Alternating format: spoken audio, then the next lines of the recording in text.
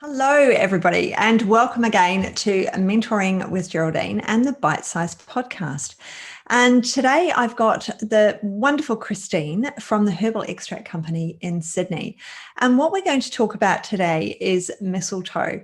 And I do want to put a little bit of a disclaimer on the front of our conversation today, and that if you are a member of the public, please see a naturopath or herbalist, as I don't personally believe that mistletoe should be taken as a single, and you do need to be under the supervision of someone who specializes in cancers and serious illness that mistletoe has been suggested for within the literature. So just make sure, if you are a member of the public, that you do have a naturopath or herbalist and you don't just go and seek out this herb independently. Okay, so because this is only a quick discussion, whereas those of us who are practitioners who are listening, it's a great reminder about mistletoe and how we can use it. I do have some on my shelf as a liquid tincture from the Herbal Extract Company. And I don't use it very often. And when I do use it in quite low dose. So please tell us about it, Christine. Yes, well, and one of the reasons we chose this as well was because it's close to Christmas. Yes. And mistletoe is famous for, it's romantically associated with stealing a kiss at Christmas when you stand under it. So that's one of the reasons why we were talking about it. But, it's, as you said, it's frequently used in complementary therapy as an adjuvant in cancer treatment. So adjuvant being like along with other treatment, it's not the sole treatment. And other immunological disorders. There is some, several lines of evidence that it can improve patient survival in cancer. There's no specific cancers there, but and also the damage caused by the conventional therapies, and that it also increases the patient's quality of life. So it is exciting to have a tool like this. And we have preclinical evidence, experimental models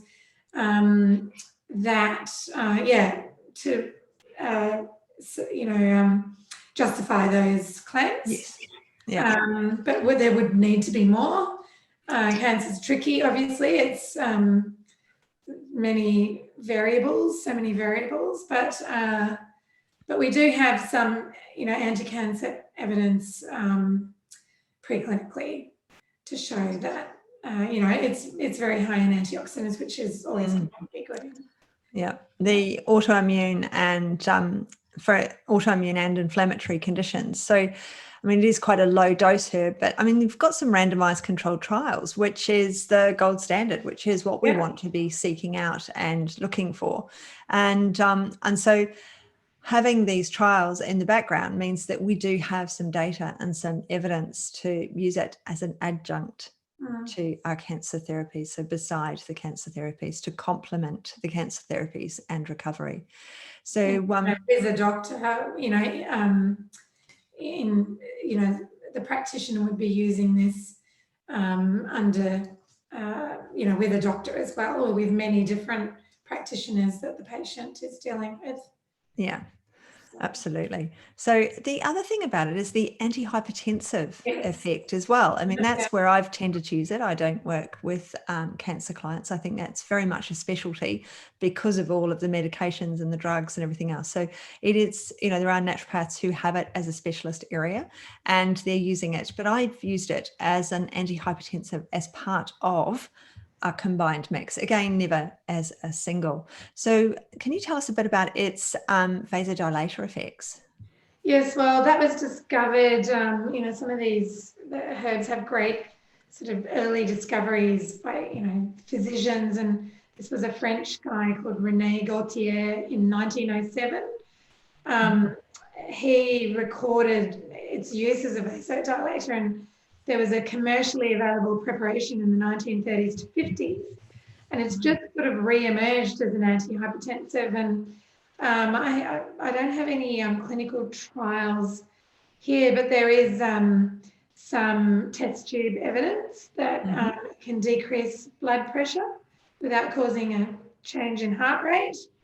And so it showed, there is a pilot study, I should say, but it's showing promise. Yes. The scientific evidence is showing promise in its use in hypertension and arteriosclerosis and cardiovascular disorders. And mistletoe is a Celtic name, which means all heal. So it has been used in traditional medicine in Europe for centuries to treat diseases like cancer, cardiovascular disorder, hypertension, arthritis. It's been used for a long time and is obviously across the board because it's got the name All Heal. Yes. So, yeah. Absolutely. It is a parasitic plant. So yes. It grows on other plants, which is why, you'd steal that kiss under any tree that happened to have mistletoe growing in it. So when a plant has that parasitic effect, so when we talk about I've forgotten the word now, when like for like, so when our herb looks like something, so like in foods, your walnut is very good for the brain, and of course it looks like a little brain. So we have that, so here we've got mistletoe living off a tree, and there we have cancer living out of the person and off the person. So where traditionally they would have gone, yeah, it's doing the same thing. This, cancer growths were there. People were covering cancer growths. They weren't removing them traditionally, and they knew they'd die from them. And but the mistletoe would be taken as a herb of choice, because like that cancer is growing, so the mistletoe is growing on the person as well as that parasitic way of being, I guess.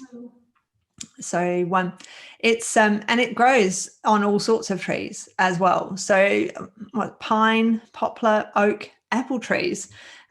So when it's growing on a tree that produces fruit as well, it's taking that nutrient, but the tree still grows the fruit, even though it has mistletoe. Because there's a study there that the phytochemical profile of mistletoe will depend on the host plant. Wow. So because it's semi-parasitic, so the compounds obviously that are in it are going to be affected by the tree that it's growing on. So there's not a lot of literature on that, but they're starting to look into it, I guess, to see what compounds it is, what compounds are passing from the host tree to the mistletoe as well. Yeah. Which is really interesting, because that might have a significant change to which one it's used for. Whether you're taking your mistletoe off an apple tree or you're taking your mistletoe off pine, because we do know, of course, that pine is very high in antioxidants. So it's going to have a very different makeup, that mistletoe that's come from a pine tree that's come from an apple tree, for example. So a phenomenal, very Christmassy herb, but with quite, a couple of very almost specific uses. Even though it's a heal-all, it's a heal-all for those, the worst problems, the really degenerative and the real problems. It's not for your coughs and your colds. It's for when we're really, truly unwell. So because of all its, it's antioxidant, cytotoxic, and anti-tumor, so immunomodulatory. So it's got a lot of actives and a lot of uses. It's a phenomenal herb. So there are a couple of contraindications. Of course, it's not to be used in pregnancy, for example. And but we don't know about drug interactions, so there's none known at the moment, but that's something that, as they do more and more work with the herb as an adjunct to cancer and to cancer therapy, that's where they will start making those discoveries. So it's really a plant to keep an eye on, isn't it? It's one of those, and it's an amazing herb. So it's the TNFA alpha activity to strengthen the immune system to combat cancer as well. So it's really got a bit of science we do like for something that's been around for so long. We've got a lot of traditional knowledge on it as well as people researching it constantly. I mean, that physician you spoke about, that was 1907. Yeah. So we've got this. Yeah, exactly. Yeah, we've got this constant use, this constant understanding and learning. This is one of those herbs that people are always showing interest in, and seeing what they can learn from it. And I think with cancer patients too, it's this quality of life. If you can improve the quality of life and the damage that's caused by the conventional cancer therapies, as well as including improving survival rates. Yeah. That's got to be something that's worthwhile looking into, isn't it? It's really big. I mean, that's part and parcel of being a naturopath and a herbalist, is making sure that someone's, they've got that quality of life, and that the clients that they're seeing are able, because I want everyone who happens upon this podcast to find themselves a naturopath that's preferably local to them. And if they don't have one local, then certainly to find one within their own country, so that they can, it's great to get the knowledge from someone overseas, but you can't necessarily always access the same products. So I do feel that, people all need to have a naturopath and a nutritionist, a herbalist as part of their healthcare team for themselves as they get older. So it's really quite essential. So so that's. Oh, sorry, I was just going to say, in one of the highlights I think looking at mistletoe as well, not only does it, I think this is from preclinical evidence, but it seems to not only modulate the immune system, but directly be cytotoxic to cancer cells without affecting normal healthy cells. So, that's a thing. They think that's where its anti-cancer activity is coming from. And obviously antioxidants offer protection as well. So, it's an all-rounder, really. It is an all-rounder, because that's not, often because there's all this, kill the cancer cells, but you are killing all the good cells around it, and you're reducing that immunity. So here we've got something that's going to be this great adjunct, and it's working only where it's meant to, because of its, how it's parasitic, because of who it is as a herb, and, what it does as a herb.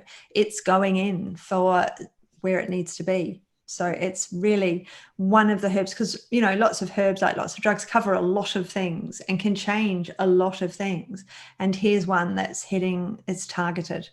So it's very interesting, and the future research on this one is going to be phenomenal. It's going to be amazing. So we just have to keep it in everybody's vision as a herb to be looking at and using, and it's been used like that for years, so it's not suddenly a modern usage for this herb. It's very much a traditional usage for this herb that we're finding the science for. Right. Have we got anything else that we've missed about this good old mistletoe? Remind everyone to steal a kiss when they see the mistletoe. Yep. Get on there and steal that kiss, everybody. Make sure that I'm sure you could kiss under the mistletoe outside of Christmas time as well, if you happen to see it. I'm sure it's not just reserved for a Christmas kiss. Although, we do have to ask for the kiss, don't we? We do. We should always ask. The old days ask. about stealing the kiss without consent, but you must have consent when you still have kiss. 100%. All right. Well, thank you very much again, Christine. And I look forward to when we chat next time, and we will have another set of exciting herbs to talk about. And thank you again. My pleasure. Talk to you Cheers. later.